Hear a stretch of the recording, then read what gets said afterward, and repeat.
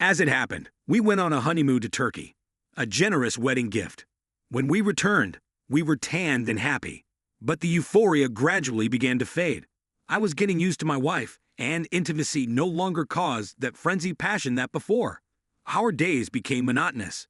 We woke up, had breakfast, went to work, came home in the evening, had dinner, and then sat in front of the TV with smartphones in our hands.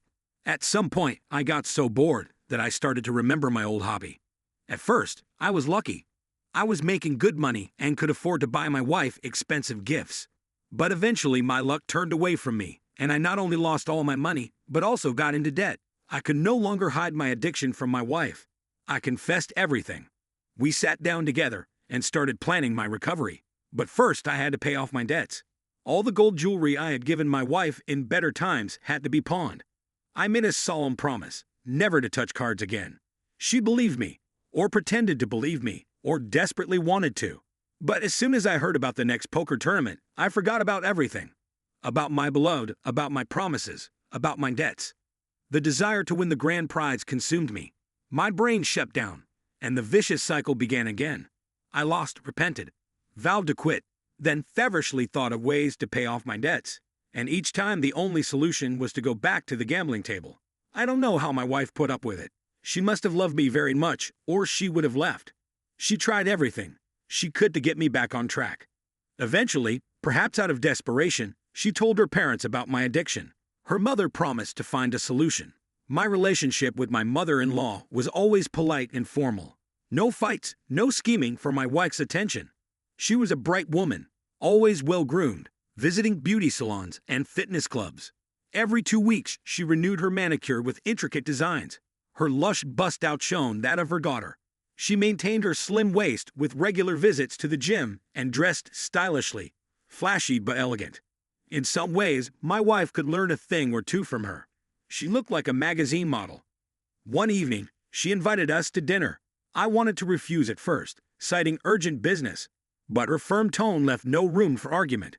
When we arrived, the table was already set. She was fluttering in her new dress, tight around her trim figure. My father-in-law was snoozing peacefully in the corner as usual, turning on the TV to give the illusion of being busy. After greeting us, he briefly returned to his appetizers and began methodically devouring them, ignoring the conversation. My mother-in-law, however, was in high spirits, chatting animatedly and making sure my glass was never empty. And then, as if on cue, my phone buzzed. It was on the table next to me, and before I could react, my mother-in-law glanced at the screen and smirked. Ah, an invitation to the poker club. Dear son-in-law, don't you think you're gambling too much? Isn't it time to redirect that passion in another direction? She teased. I braced myself for a long lecture, but instead, she shocked me with another offer. One that would supposedly cure me of my gambling addiction. I was so stunned that I set aside my fork and stared at her in bewilderment. My wife, exhausted from fighting my addiction, immediately supported her mother. They both turned to me expectantly. Why not try it? My wife said, her tone firm. I doubted the success of any intervention. I'd been playing cards since I was a kid. It was the one pastime I had never abandoned. Follow me, my mother-in-law commanded, rising from the table and heading upstairs with the confident gait of a model. I had no choice but to follow her. Once in the bedroom, she slammed the door shut. You'll walk out of here a different person, she promised. I smirked. We'll see about that. She gestured for me to sit down, and I settled on the edge of the mattress. From the nightstand, she pulled a deck of cards. Not the usual kings and queens, but thought-provoking images. She laid out the cards with practiced ease. The game is simple, she cooed. Whoever loses removes one article of clothing.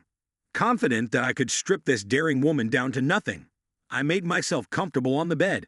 But my luck betrayed me. My mother-in-law, blushing slightly, began leisurely undoing the buttons. I was barely breathing. Don't get distracted. Focus on the game, she playfully chided. And then I lost again. And again. One by one my socks, my t-shirt, my jeans, everything disappeared.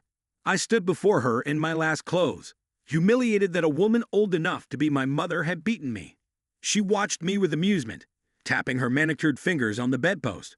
And now, my dear son-in-law, it's time to settle the score. I swallowed hard, my mouth dry. She reached out and gently took my hand. What happened next, you'll have to figure out for yourself. All I can say is that my mother-in-law was far more resourceful than any young woman I had ever met. My wife paled in comparison. All was quiet downstairs. My wife was watching a talk show, unaware that there was a whole other reality show going on the floor above. My father-in-law was mumbling something in his sleep. I looked around my family and made a vow. No more cards. After all, why would I want to play poker when I had found something much more exciting to do?